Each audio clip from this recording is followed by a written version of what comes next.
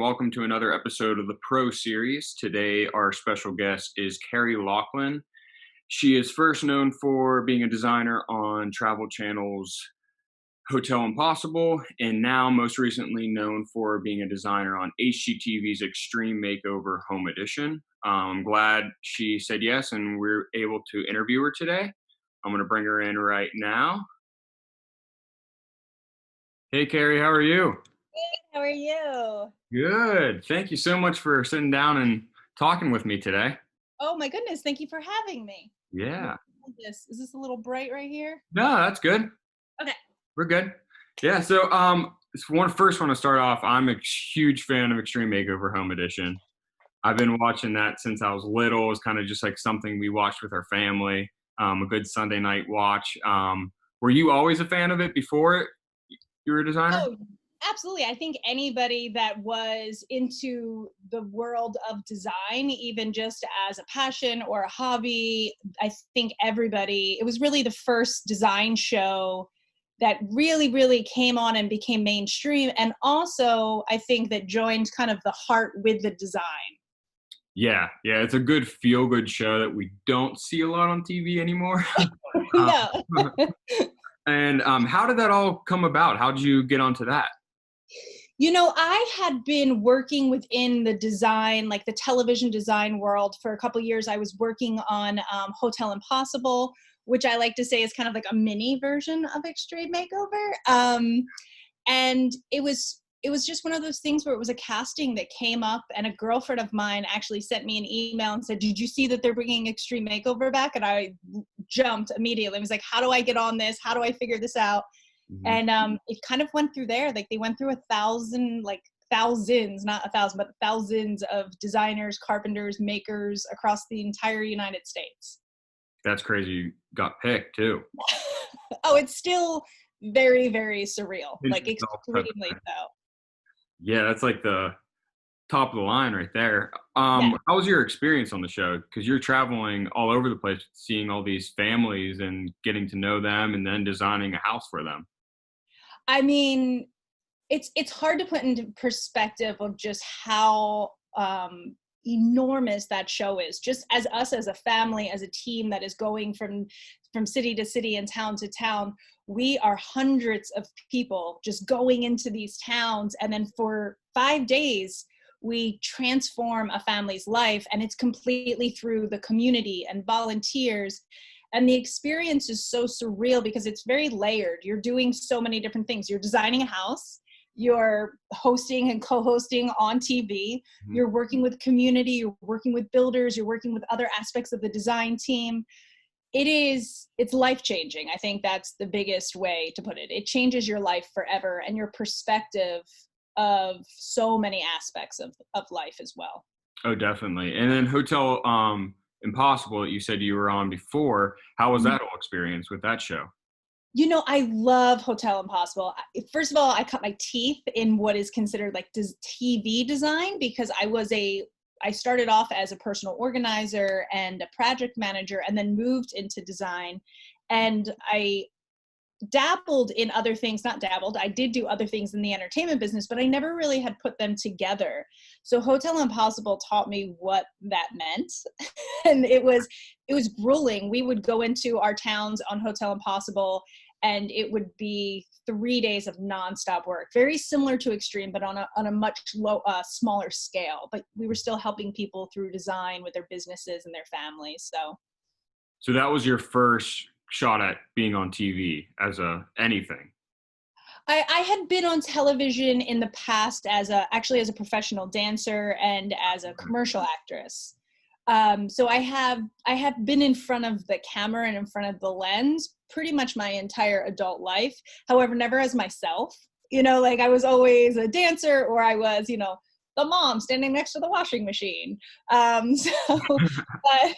this was the first time I was Carrie Locklyn, speaking my own voice, doing my own thing, and then joining design and helping people together.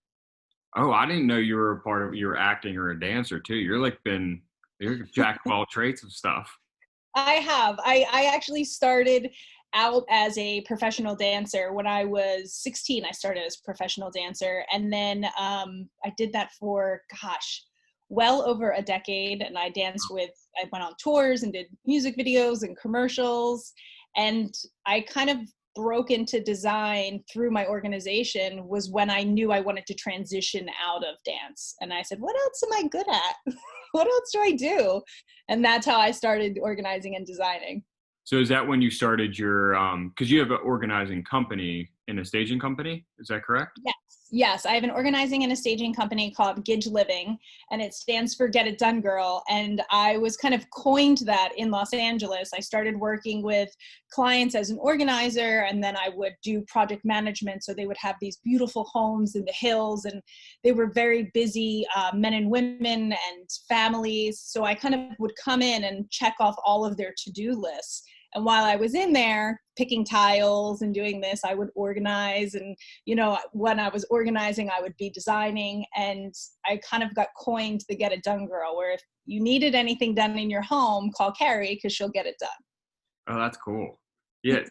Basically, the reason I started Pro Series was to help homeowners with resale of their home and picking the right products and how to raise value in their home. So you staging houses, you have a lot of experience with that. Absolutely. Do you have any advice on staging a home or getting ready to stage a home? Yes, I mean, me personally, I like to concentrate in occupied staging, which is when you're still in the house and trying to move into a new house versus, you know, a brand new house that needs pretty furniture into it. Mm-hmm. For me, it's always about it's really difficult because you have to disconnect yourself from the home that you've lived in, that you've raised your family and that you've gone through ups and downs. So my first thing that I always tell my clients is that we have to disconnect ourselves from the home that we see it as the memory and now look at it as the home that we are now in as the investment. And we want to get to that next step. So how do we get to that next step? It's really the psychology of the home and the buyer. It's the potential buyer coming into your home and seeing their life and their memories. So it's really about editing quite a few things, personal aspects, and then doing those things that allow for the buyer to not go, oh, what about this? What about this? What about this? Because once buyers start their what about, how come this looks like this list, it just snowballs. Mm-hmm. So my first things are always edit your home from anything personal. You're going to have to pack it up anyway. Like you have to pack it anyway. So pack it up now. And then the other thing is always fresh paint and new lighting fixtures and hardware in a kitchen and faucets. It sounds like it's a large list, but you can get them for so inexpensive, and they're small items that you can do yourself, and they make a world of difference. Yeah, absolutely. And for the organizing side, what are the top things that you do for your customers? Like, is it pantries, closets? I do everything. I deal really, when it comes to organization, I deal with a gamut. I can deal with organizing someone's pantry to their garage, to organizing for someone that may have lost a loved one that now has all of their belongings, to someone that, you know, they may have to put their parent into a home, and how do we organize a home that has been lived in now for 50 years. So for me, I kind of run the gamut of everything, and each individual client is different. I think that's the biggest thing about organization that I wish that everyone knew, is that a lot of times we go onto social media and we see this beautiful picture that's like an organized refrigerator and an organized pantry and these closets that are just so gorgeous. And those are meant to look that way because they're not being lived in, because they just got their picture taken and they've edited even things in there, because that's not actual real life that we're seeing all the time. So for me, I always tell my clients that it's practice makes perfect when it comes to organization, and do not compare yourself to what I like to call the Instagram Joneses, because we can't live up to it. So don't do it.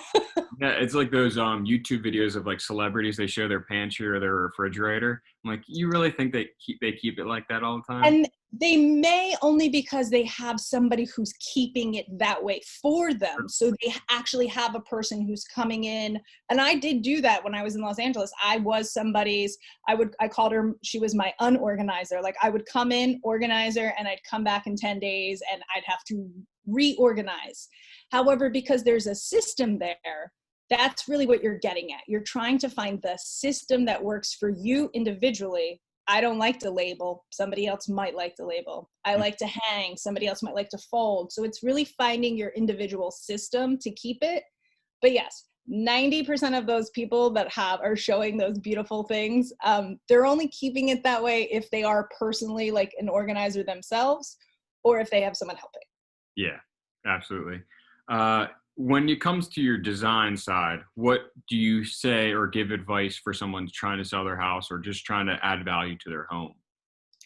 I always, again, if you're trying to add value to your home, I always say to think of it like an investment. If you want to live in your home and it's your forever home and you're like, this is me though, and I want to put my personality everywhere, by all means, go for it. But if you're looking to put investment into your home, I always say to be careful not to follow trends, because the trends are so enticing. They look so amazing. And then we see, 6 months later, that trend is now out. Yep. And then also don't think that you have to follow trends. Like right now, here's a perfect example is granite. Everyone's getting rid of their granite countertops. Everybody's getting quartz. Granite countertops years ago were like, that's what you had to have. So now everybody's going quartz. You have to teach yourself to love what you have, right? Love the one you're with and really look around to see what needs upgrading. So don't upgrade because of a fad or a trend. Upgrade because that light fixture is old. And if somebody were to come in to purchase this house, they're going to go, oh, that light fixture is from 2 decades ago. Or upgrade the faucets or simple painting in a room, something that is going to be timeless. Yeah. And that's one thing I try to tell my customers too. Trends are really only there to make you feel bad for what you currently have. They want you to buy more product to design again and buy and redo your home.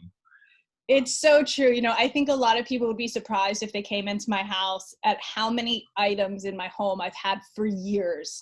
And if they're a good item, I really try and keep them. Like if I have a shelving unit that I know is not on trend, but there's something I like about the trend that's happening, I will figure out what feeling I get when I look at the trend. So if I see these really cool shelving units that have pretty books and brass little things on them and plants hanging off the side, well, I'm getting this whimsical feeling. So how do I take my kind of bulky bookshelf that doesn't look like the bookshelf and create that feeling? Yeah. So for me, it's always about using what you have and loving what you have first, and then adding little things here and there. Yeah, customize it to yourself, not for what other people are going to see it as. You're the one living in the home. Absolutely. And a lot of times we will keep things if we actually like them, and we like them because we personally like them. So that's how I always say is when I try to steer my clients away from going towards anything too trendy is because unless they love it, right? You have to like step back and go, do you like this because you keep seeing this all over social media and in every house that you've clicked on that's a new build? Or do you like this because that's actually speaking to you? Because if it speaks to you, makes you feel that way, go all in. But if you just like it because you think you're supposed to because everybody's telling you to like it, try and figure out what you like first. Absolutely, because you're stuck with that for there's a lot of people that just design for selling 5 years down the road or 2 years down the road. You're living with it for those many years. You want to like it. Yeah. I mean, if you walk through, we just redid all of our bathrooms in our house. We did not, there's nothing trendy. It is clean. It is beautiful. It is something where if a buyer comes in 10 years, it doesn't look like it was created 10 years ago. It just is clean. It's functional. It's classic. And I always try to lean that way. Yeah, I'm the same way. I have some black walls in my house, and a lot of people are very surprised by that when they walk in. They're expecting a white kitchen and gray walls, and that's not me. That makes me, I don't know, it's just not a good feeling for me. Like you said, you have to feel good in your house. Absolutely. And that's a perfect example of how paint can really be used to give you the feeling that you want. So if you're walking into a room, which I think we all do at some point in our life, and more so because of social media, because we're inundated by these beautiful pictures. But, I've had clients walk into a room and I'm like, okay, so what are you feeling here? And they're like, I just don't like any of it. I just don't like anything. And I'm like, well, wait a minute, wait a second, wait a second. There's some good pieces in here. So let's figure out what you don't like and then how to add what you like. So if you want something moody and something that doesn't feel like the gray wall in the white kitchen, then let's throw up a black wall and then see where we are and how we can take the places that you're in and make it actually fit the feeling that you want. Yeah. And I've noticed a lot of customers, they want that until they like see it actually in person, because they're always seeing it in the picture. So you Mhm. come to a showroom and it's a white kitchen with gray walls, they feel like they don't like it. And that's like the perfect Right. example of that. Because I think what the kitchen with gray walls and the white kitchen, what it represents is a cleanliness. You know, there's a clean, crisp vibe to it. So if they're being drawn to that, you can have that in other tones and other personal things. You Hmm. can do it in a wood tone, in a mushroom tone, in a green tone. You have to find out what it is that you actually like about it. And it's a lot of times it's not just the whole thing. Sometimes it could literally just be the shape of the cabinet. And you're like, I just really like the shape of the cabinet. You're like, all right, now let's go from there. Yeah, absolutely. Yeah, this was great because all my other pro series have been mostly real estate agents or architects. So it's kind of cool to have someone like-minded like me as a designer Yes. about this type of stuff. Yeah, it's awesome. You know, I think it's such a huge investment, whether you're living in a home, whether you're living in an apartment, a townhouse, no matter what you're living in, we're investing in our home, and even more so now. So I think it's really important for us to step back and be investing in our home for our personal selves, and not, again, as I will always say, like the Instagram Joneses. Because once you start trying to keep up with the Instagram Joneses, you will drive yourself crazy. And you will also do things like I see often with my clients is they'll just change their entire house style design up. And then they've eliminated things that actually brought them joy when they came into the space. So it's like, Mhm. find out what brings you joy in the space, keep that, and Yeah, then find out what's bothering you and tweak that. yeah, absolutely. That's great advice. Well, thank you so much, Carrie, for coming on today. Awesome. Thank you so much for having me. It was wonderful. And I'm here to chat anytime. I love chatting about this kind of stuff. Awesome. Thank you. This is episode 10 with Carrie Locklyn, and see you next time on Pro Series. Yes. And follow me at Carrie Locklyn. Absolutely.